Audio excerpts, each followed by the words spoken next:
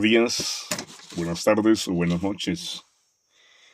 Me place saludarles en esta oportunidad y decirles que después del libro que grabamos, los 25 capítulos sobre respuesta a las objeciones de los adventistas del séptimo día, quisiéramos compartir con ustedes algunos segmentos de el porqué de la iglesia adventista y el movimiento de reforma en la historia.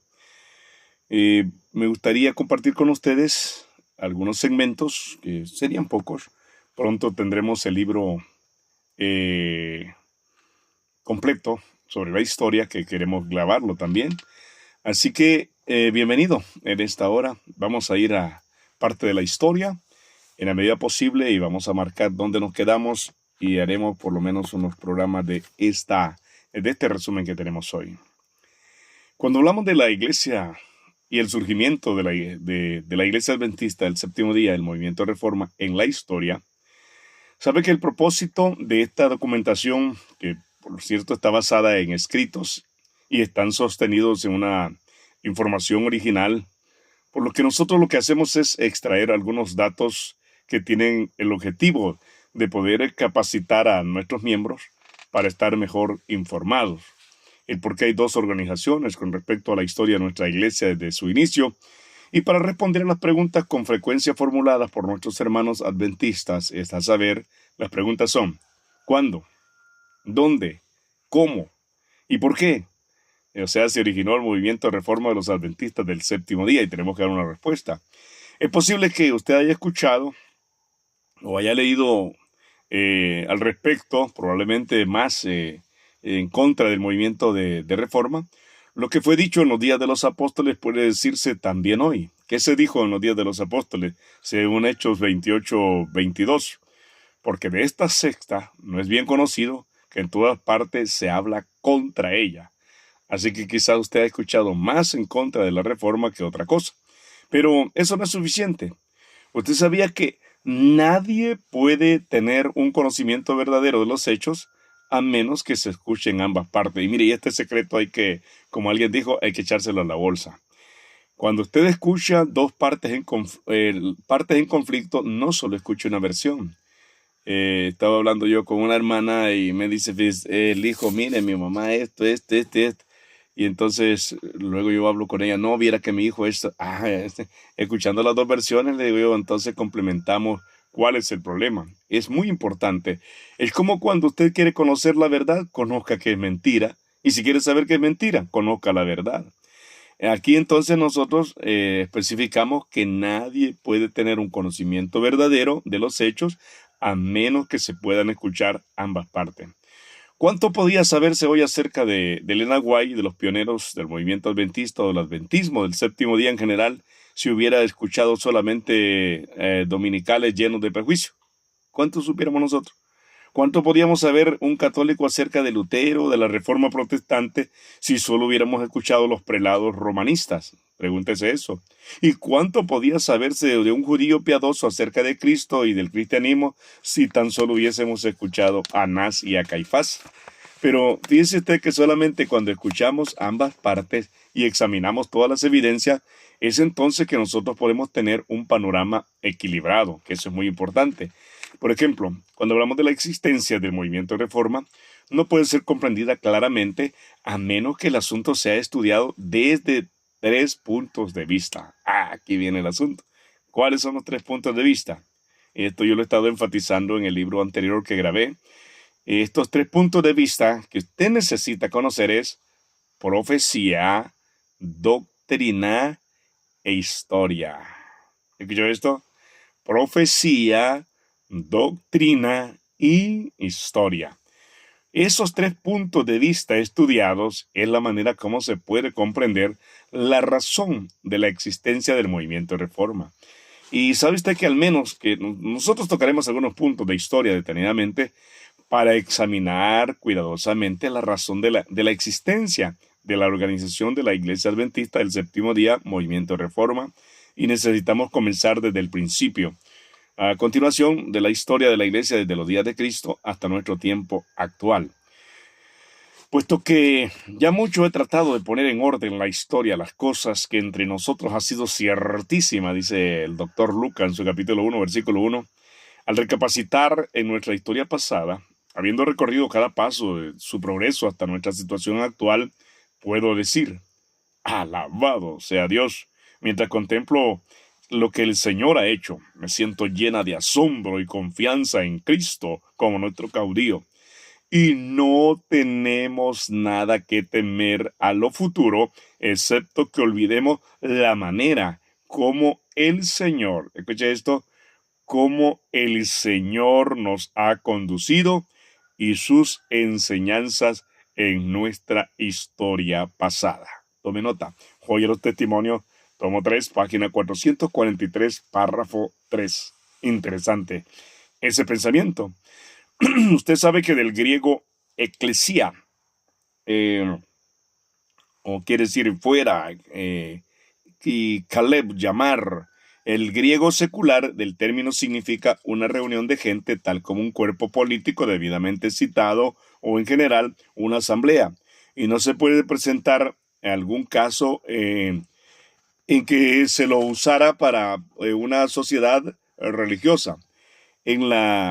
Aquí quiere decir en la traducción de los 70, L2X quiere decir traducción de los 70, casi exclusiva del hebreo kalal o cajal, congregación, reunión, asamblea.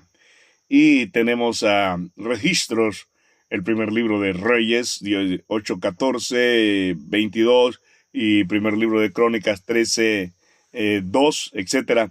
El uso que se le da en el Nuevo Testamento parece estar basado en la versión de los 70. Fíjese que, como tengo Biblia aquí en mano, me gustaría que, al igual que usted irá aprendiendo, leer estos versículos. Por ejemplo, el primer libro de Reyes, si va conmigo, si usted está conmigo despierto, entonces vaya conmigo al capítulo 8 del primer libro de Reyes y versículo 14. Ya lo escucho ahí sonando las páginas de la Biblia. Mire lo que dice. Luego volvió el rostro hacia el pueblo de Israel, que permanecía de pie, y le dio la bendición. El versículo 22 dice, oiga lo que dice, luego Salomón se pasó frente al altar del Señor y en presencia de todo el pueblo de Israel extendió los brazos al cielo y dijo, ahora vamos a primer libro de Crónicas, capítulo 13. Antes yo decía primera. Hasta que un profesor me dijo, son libros, se dice primer libro de Reyes, primer libro de Crónicas. Entonces aprendí. El libro de Crónicas 13:2 dice, y dijo David a toda la asamblea de Israel, si les parece bien, y si es la voluntad del Señor nuestro Dios, convocaremos a nuestros hermanos que están esparcidos por todo Israel, lo mismo que los sacerdotes y levitas que están con ellos en sus ciudades y ejidos, para que se reúnan con nosotros.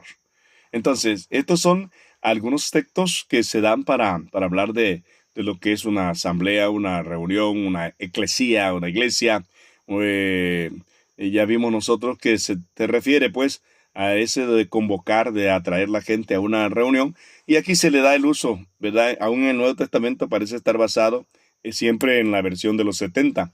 Según la Biblia, conjunto de creyentes, eso es lo que se le llama conjunto de creyentes, asamblea, y alabado sea Dios, teniendo en favor con todo el pueblo, y el Señor añadía cada día a la iglesia los que habían de ser salvos, según Hechos 2:47. Y aún nos puso Dios en la iglesia, primeramente apóstoles, luego profetas, los terceros maestros, y luego los que hacen milagros, y después los que sanan, los que ayudan, los que administran, los que tienen don de lengua, según el primer libro de Corintios, capítulo 12, versículo 28. Entonces, amigo, hermano, la iglesia es una extensión del cielo en la tierra, el aprisco donde Dios abriga a sus ovejas y es el estuche que contiene sus joyas. ¡Ay, qué bonito pensamiento! La iglesia es una extensión. La Asamblea Legislativa aquí en el país de El Salvador hizo una extensión de su oficina a los departamentos. Entonces, para que las personas no vayan hasta allá, sino que estén allí y presenten sus necesidades y ellos poder cubrirla. Entonces la iglesia es la extensión del cielo en la tierra, es el aprisco donde Dios abriga sus ovejas y es el estuche que contiene su joya. Entonces, haciendo una definición según el espíritu de profecía, la iglesia de Dios está compuesta por personas de diferentes capacidades, como vasos de distintas dimensiones. Se nos ha colocado en la casa del Señor, pero no se espera que los vasos más pequeños contengan todo lo que tienen los más grandes. Todo lo que se requiere es que cada vaso esté lleno según la capacidad a fin de conocerlo. ¿Qué le parece? Entonces, compuesta por los fieles, la iglesia es fortaleza de Dios, su ciudad de refugio, en la que Él sostiene en un mundo de rebelión desde el principio. Las almas fieles han constituido la iglesia en la tierra, según Hechos de los Apóstoles, capítulo 10. ¿Verdad? Este libro se refiere prácticamente a la Hechos. Es un libro, Hechos de los Apóstoles es un libro inspirado también, al igual que el de la Biblia. Entonces, en todo tiempo el Señor ha tenido sus atalayas que han dado un testimonio fiel a la generación de la cual vivieron en todas las épocas. Siempre ha habido un remanente. Entonces, cuando hablamos del período de tiempo de gracia hasta en el año 34, los judíos, o sea, con los judíos, Dios conserva un remanente siempre en su pueblo. Esto es maravilloso, porque si Jehová de los ejércitos no nos hubiese dejado un resto pequeño, como Sodoma fuéramos y semejantes a Gomorra, dice el profeta Isaías en su capítulo 1, versículo 9. Entonces, hermano, amigo, familia, el remanente volverá, oiga bien, el remanente de Jacob volverá al Dios fuerte, porque si tu pueblo, oh Israel, fuere como las arenas del mar, el remanente de él volverá. La destrucción acordará, rebosará justicia, según Isaías 10, 22, 23. Así que así también, aún en este tiempo, ha quedado un remanente escogido por gracia, según Romanos capítulo 11, versículo 5. Y Cristo se retira de su pueblo, aunque no era el propósito, porque se retirara del Sanedrín. Por lo tanto, digo que el reino de Dios será quitado de vosotros y será dado a gente que produzca los frutos de él, según Mateo 21, versículo 43. Otra ocasión dijo Jesús: Jerusalén, Jerusalén, que matas a los profetas y apedreas a los que te son enviados. ¿Cuántas veces quise juntar a tus hijos como la gallina junta sus polluelos debajo de las alas, y no quisisteis?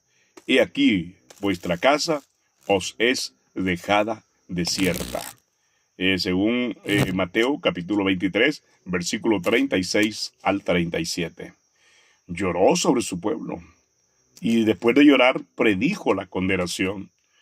Y cuando llegó cerca de la ciudad, al verla, lloró sobre ella, diciendo: Oh, si también tú conocieses, a lo menos en este tu día, lo que es para tu paz, mas ahora está encubierto a tus ojos. Porque vendrán días sobre ti cuando tus enemigos te rodearán con vallado y te sitiarán, y por todas partes te estrecharán y te derribarán a tierra. Mira lo que está diciendo Jesús. Y a tus hijos dentro de ti no dejarán en ti piedra sobre piedra, por cuanto no conociste el tiempo de tu visitación. Lucas capítulo 19, versículo 42 al 44. Hermanos, amigos, el mundo estaba, oiga bien, en el mundo estaba y el mundo por él fue hecho, pero el mundo no le conoció. Mire qué historia más triste, no le conoció. A los suyos vino y los suyos no lo recibieron, según el Evangelio de Juan capítulo 1, versículos 10 y 11. Históricamente hablando, si los dirigentes de Israel hubiesen recibido a Cristo, le habrían honrado como mensajero suyo para llevar el Evangelio al mundo. A ellos fue dado históricamente primeramente la oportunidad de ser heraldos del reino y de la gracia de Dios. Pero Israel no conoció el tiempo de su visitación. Los celos, la desconfianza de los dirigentes judíos maduraron en abierto odio y el corazón de la gente se apartó de Jesús. Eso lo registra el famoso y lindo libro Deseado de toda la gente, página 198, párrafo 3. Quiere decir que el Sanedrín habría rechazado el mensaje de Cristo y procuraba su muerte. Por tanto, Jesús se apartó de Jerusalén, de los sacerdotes, se apartó del templo. Oiga bien, se aparta de Jerusalén, se aparta de los sacerdotes, se aparta del templo, de los dirigentes religiosos, de la gente que había sido instruida en la ley, y se dirigió a otra clase para proclamar su mensaje y congregar a aquellos que debían anunciar el evangelio a todas las naciones. También lo dice el deseado de toda la gente, página 198, párrafo 4. A esta altura me diría usted, hermano Elmer, pero ¿qué está insinuando con todo eso? Escuchen esto. ¿Por qué somos adventistas del séptimo día movimiento de reforma? Jesús se tuvo que retirar de Jerusalén, de los sacerdotes, del templo y de los líderes religiosos, a la gente que había sido instruida en la ley y se dirigió a otra clase, o sea, más de 5 grupos, ¿verdad? Y se dirigió a otra clase para proclamar su mensaje y congregar a aquellos que debían anunciar el evangelio a todas las naciones. Y así como la luz y la vida de los hombres fue rechazada por la autoridad eclesiástica en los días de Cristo, ha sido rechazada en todas las generaciones sucesivas y vez tras vez se ha repetido la historia del retiro de Cristo de Judea, según deseado toda la gente, página 199 y el párrafo 1. Así que la semana de 7 años terminó en el año 34, ¿sabía eso usted? Y es importante que vayamos a la historia, que nosotros vayamos a la historia y recordemos las 70 semanas, pero sobre todo la semana 7, termina en el año 34 de nuestra era, con el apedreamiento de Esteban, y los judíos sellaron finalmente su rechazamiento del evangelio, y eso lo dice también el libro deseado de toda la gente, en la página 200. Entonces, ¿a qué otra clase se dirigió Jesús para proclamar su mensaje? Esa es la pregunta. La historia dice que después subió al monte, llamó a los que quiso y vinieron a él, y estableció a 12 para que estuviesen con él, para enviarlos a predicar, según el Evangelio de Marcos, capítulo 3, versículo 13 y 14. Entonces, al ordenar a los 12, él dio el primer paso de la organización de la iglesia, que después de la partida de Cristo, habría de continuar con su obra en la tierra. Y respecto a esta ordenación, el relato dice, y subió al monte, llamó a los que él quiso, y vinieron a él, y estableció, dice, 12, para que estuvieran con él, para enviarlos a predicar. Lo registra Marcos, capítulo 13, versículo 13 y 14, y Hechos de los Apóstoles, capítulo 16, versículo 1, pero es Hechos de los Apóstoles, el libro inspirado de Managuay. El deseado de toda la gente, página 258, párrafo 1 y 2, estaba por darse el primer paso de la organización de la iglesia, que después de la partida de Cristo había de ser su representante en la tierra. No tenían ningún santuario costoso o su disposición, pero el Salvador condujo a sus discípulos al lugar de retraimiento que él amaba. Y en la mente de ellos los sagrados incidentes de aquel día quedaron para siempre vinculados con la belleza de la montaña, del valle, del mar. No temáis, manada pequeña, porque a vuestro Padre le ha placido daros el reino, según Lucas capítulo 12, versículo 32. Así que de esta manera la iglesia cristiana atraviesa por 7 periodos, según Apocalipsis capítulo 1, versículo 10 y 11. Usted va a recordar eso. Yo estaba en el Espíritu, dice el apóstol Juan, en el día del Señor, y oí detrás de mí una gran voz como trompeta que me decía, yo soy el Alfa y la Omega, el primero y el último. Escribe un libro lo que ves, envíalo a las 7 iglesias que están en Asia, en Éfeso, allá en Esmirna, Pérgamo, Teatira, Sardis, Filadelfia y Laodicea. Según versos mencionados del libro de Apocalipsis, estos nombres de las 7 iglesias son 7 periodos, según registrado, en donde encontramos la historia del pueblo de Dios de nuestra era. Mire hasta dónde tenemos que ir. O sea, habían 7 iglesias en Asia y aún aquellas fracciones occidental de Asia que se conocía como Asia Menor en aquel entonces. ¿Por qué fueron elegidas entonces las 7 iglesias que se mencionan en particular? Es una pregunta. ¿Por qué? Bueno, indudablemente por el hecho de que en sus nombres, de acuerdo con las definiciones que correspondía, se representaban las características religiosas de aquellos periodos de la era evangélica que ellas debían representar respectivamente. Entonces los nombres de estas son símbolos de la iglesia en diferentes periodos de la historia cristiana. El número 7, siempre no olvide usted que indica algo completo. Significa que los mensajes se extienden hasta el fin del tiempo, mientras que los símbolos usados revelan la condición de la iglesia en diferentes periodos de la historia, según Hechos de los Apóstoles, página 467 y párrafo 4. ¿Cuáles son los 7 periodos? Su significado y duración, o sea, según los datos del libro de Daniel y Apocalipsis, en la página 33 y 68 explica detalles de cada periodo de la iglesia cristiana. Nombre, significado, período y duración de años. Éfeso tiene el significado de pureza, o sea, primero, deseable. Año 27 al año 100, ahí se conforma esta iglesia. Yo decía que era el año 31, ¿bien?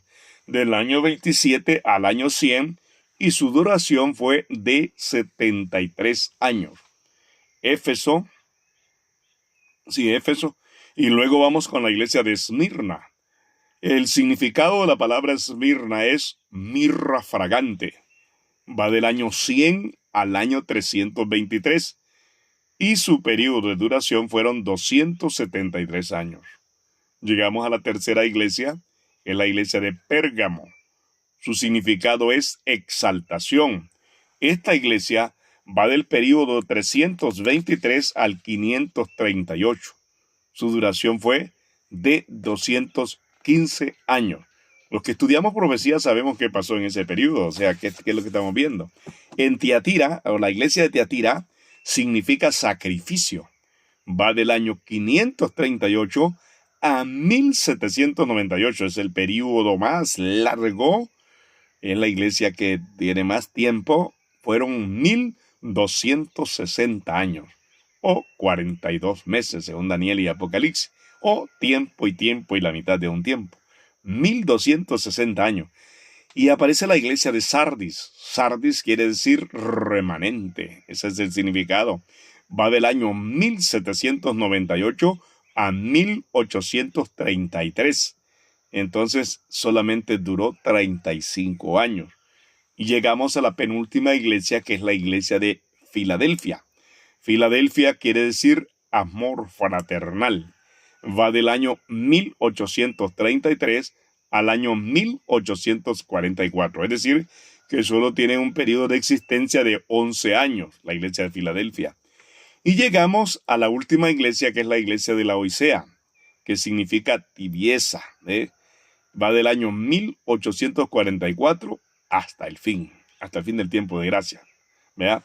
Entonces, ¿cuándo nació la iglesia adventista del séptimo día? Sigue la pregunta. Yo solo quiero grabar unos 25 minutos.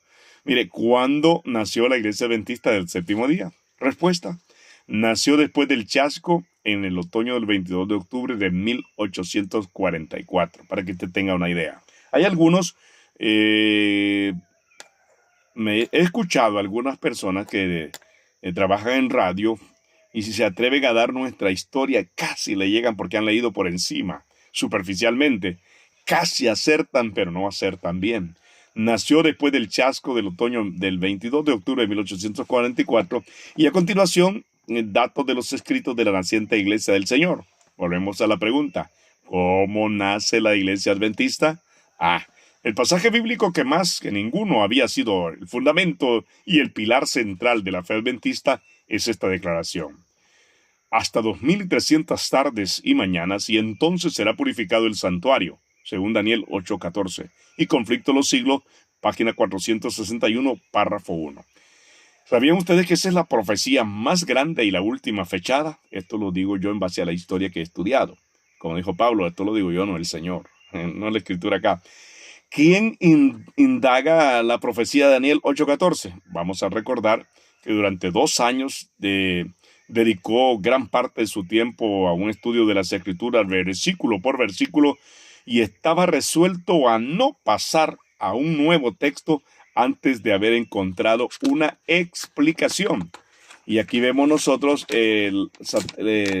una explicación satisfactoria a lo que él quería encontrar o saber.